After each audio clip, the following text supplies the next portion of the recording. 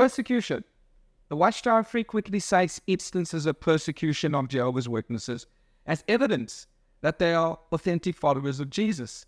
Additionally, it alerts Jehovah's Witnesses to the possibility of persecution. Now let's unpack the concept of religious persecution as it pertains to Jehovah's Witnesses and analyze whether their experiences are unique or part of a broader landscape where many religious groups face similar treatment.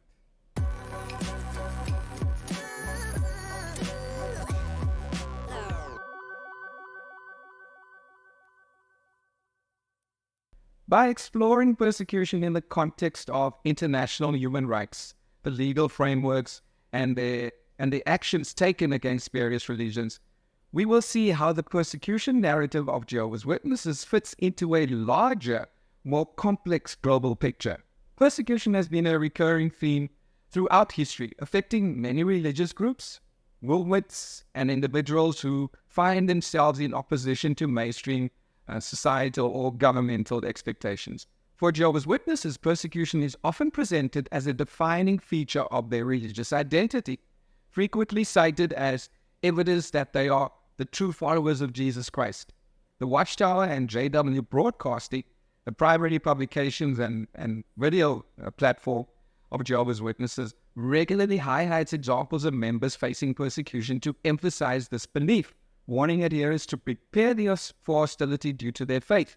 However, while Jehovah's Witnesses have undoubtedly faced instances of cruel and unjust treatment because of their beliefs, it is crucial to differentiate between the genuine religious persecution and legal actions taken against a group for behavior considered illegal or unethical.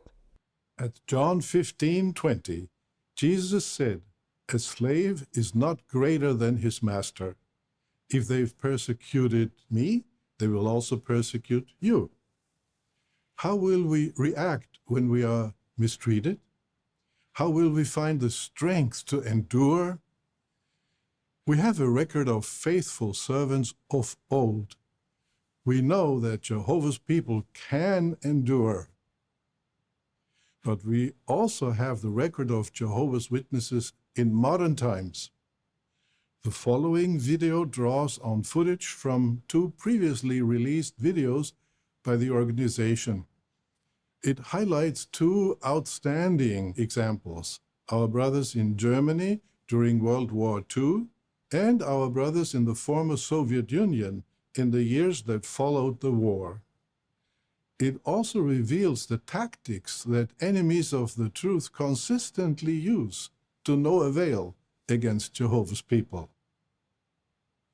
Reviewing and meditating on the examples of these faithful brothers and sisters will prepare us for what lies ahead, will fill us with courage, and will strengthen our faith. It is necessary to establish a clear distinction between persecution and prosecution. Persecution refers to the systematic and often violent targeting of individuals or groups because of their religious beliefs, political ideologies, their race, or other personal characteristics.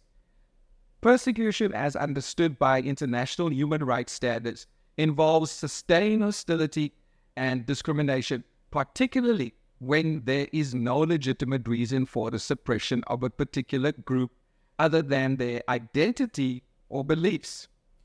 On the other hand, prosecution involves legal actions taken against individuals or groups who have violated laws that apply equally to all citizens. When governments impose sanctions or restrictions on religious practices that are considered harmful or dangerous to the broader community, such actions fall under the category of prosecution.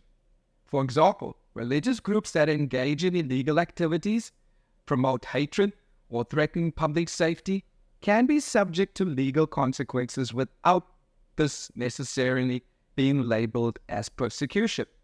Importantly, prosecution is often carried out to protect public order or uphold ethical standards rather than to target a group solely for its religious beliefs.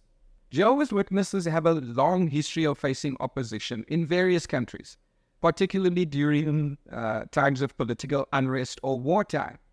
A notable example is the treatment of Jehovah's Witnesses in Nazi Germany, where they were persecuted, imprisoned, and executed for refusing to pledge allegiance to the regime, or to participate in military service or promote Nazi ideals. Their steadfast refusal to compromise their religious beliefs during this time earned them recognition as one of the few groups who openly opposed the Nazi government. However, while Jehovah's Witnesses often highlight these historical instances of persecution, their claim of being uniquely targeted is not supported by broader historical evidence. Many other religious, political, and ethnic groups faced similar or worse treatment during this time. For instance, of course, the Jewish people, the Romani communities, disabled individuals, and political dissidents were systematically persecuted by the Nazi regime. In fact, Jehovah's Witnesses were only one of the many groups who were persecuted for their beliefs or identity, suggesting that their experience, though tragic, was not exclusive. Similar trends can be observed in other countries. During World War II, Jehovah's Witnesses were also persecuted in the Soviet Union, the United States, and other countries, primarily because of their pacifist stance and refusal to engage in military service. While their treatment was harsh and often unfair, it was not distinct from the experiences of other pacifist groups such as the Quakers and the Mennonites, who also faced imprisonment and discrimination for their refusal to support war efforts.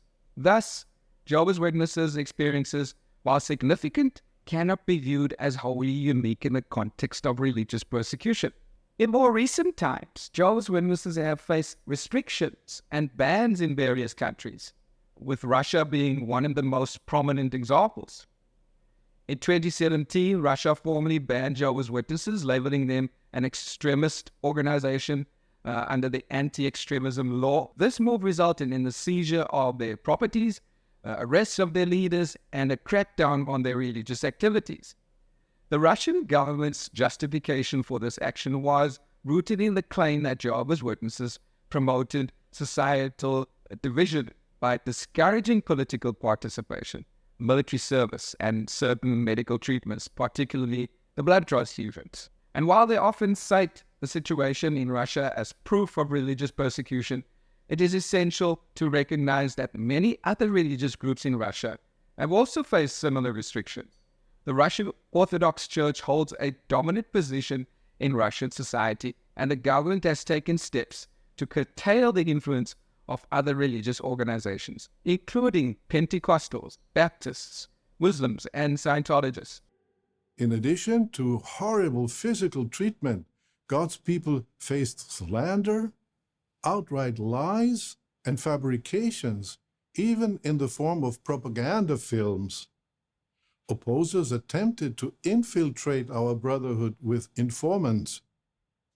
But as we saw in the example of Nikolai Brychkov, such devious plans are in vain when pitted against the truth from God's word. As Professor Nikolai Gordienko noted, when an idea is strong, it makes people strong. What idea can be stronger than the reality of our Father Jehovah, his reigning King Jesus Christ, and his kingdom now poised to thwart all opposition? And so, what people can possibly be stronger than Jehovah's people? As our brothers in Russia and other areas of the earth face renewed opposition, and as we all face the prospect of being mistreated, just as our Master Jesus was, we are determined to stand firm and remain faithful no matter what the enemies of truth attempt. According to a report from the U.S. Commission on International Religious Freedom, Russia has a long-standing practice of restricting religious groups that it deems non-traditional or foreign under the guise of combating extremism. Jehovah's Witnesses, therefore, are not the only group to face such treatment, and their ban in Russia reflects broader trends of religious repression in the country. A similar pattern of restrictions can be observed in countries like China, where the government enforces strict control over religious activities. Jehovah's Witnesses are not legally recognized in China, and adherents risk arrest for engaging in religious activities. However, they are not alone in facing these restrictions. The Chinese government similarly cracks down on other religious groups, including Christians, other Muslims, and members of the Falun Gong spiritual movement. The repression of these groups is part of a larger effort by the Chinese government to maintain control over religion and ideology, particularly when those beliefs are perceived as challenging state authority. And of course, in countries like North Korea, Saudi Arabia, and Iran, where religious freedom is severely limited, Jehovah's Witnesses are banned or restricted, but they are one of many religious minorities that face such treatment. In these countries, governments often view religious groups that deviate from state-sanctioned belief systems as a threat to national unity or political stability. And the targeting of Jehovah's Witnesses in these regions must therefore be understood within the context of broader religious restrictions affecting a wide array of minority faiths. And it's not evidence of their unique persecution. To further illustrate the point that Jehovah's Witnesses are not uniquely persecuted, it is helpful to examine the experiences of other religious groups that have faced similar or even more severe repression. And one such example is the Baha'i faith, whose adherents have been systematically persecuted in Iran since the religion's inception in the 19th century. The Baha'is have faced discrimination in employment, education, and civil rights. Baha'i leadership have been imprisoned, tortured, and executed, and their religious gatherings are often banned or monitored by the government. Despite international condemnation, the Iranian government continues to suppress the Baha'i community, accusing them of being apostates and spies for foreign governments. Similarly, the Rohingya Muslims in Myanmar have experienced extreme levels of persecution, culminating in what the United Nations has called a textbook example of ethnic cleansing. The Rohingya have been stripped of their citizenship, subjected to mass violence, forced displacement, and denied access to basic human rights, including freedom of religion. Unlike Jehovah's Witnesses, who face legal restrictions but are generally allowed to practice their faith in many countries, the Rohingya have been almost entirely erased from the society they live in. Another example is the persecution of Christians in parts of the Middle East, particularly in Iraq and Syria, where the rise of extremist groups like ISIS, has led to the near eradication of ancient Christian communities. And these groups have been subject to kidnappings, executions, and forced conversion. In many cases, entire villages have been destroyed and churches desecrated, with Christians fleeing for their lives. While Jehovah's Witnesses have faced difficulties in practicing their faith, they have not experienced the level of violence or destruction in recent decades. International human rights frameworks, such as the Universal Declaration of Human Rights and the International Covenant on Civil and Political Rights, protect the right to freedom of thought, conscience, and religion. And these frameworks establish that individuals and groups should be free to practice their religion without interference, as long as their practices do not harm others or threaten public safety. However, they also recognize that governments have the right to impose certain restrictions on religious practices if those practices conflict with public order, health, or morals. The balance between religious freedom and government regulation is delicate, and in many cases, the lines between persecution and prosecution can become blurred. And for Jehovah's Witnesses, legal challenges often arise from their refusal to participate in activities that are considered obligatory by government, such as military service, pledging allegiance to the national symbols, or receiving medical treatments like blood transfusions. While these stances are central to their religious beliefs, they can also conflict with national laws or public health policies. And governments that enforce mandatory military service or regulate medical procedures may view the refusal of Jehovah's Witnesses to comply as a legal violation rather than an expression of religious freedom. This tension can lead to prosecution, but it does not always constitute persecution in the legal sense, especially when the laws are applied uniformly to all citizens. The experiences of Jehovah's Witnesses should not be dismissed or minimized, as they have faced real challenges in many parts of the world. However, their narrative of being uniquely persecuted does not hold up under closer scrutiny. As we have seen, many religious groups, from the Baha'is in Iran to the Rohingya in Myanmar, have faced similar or even more extreme forms of repression.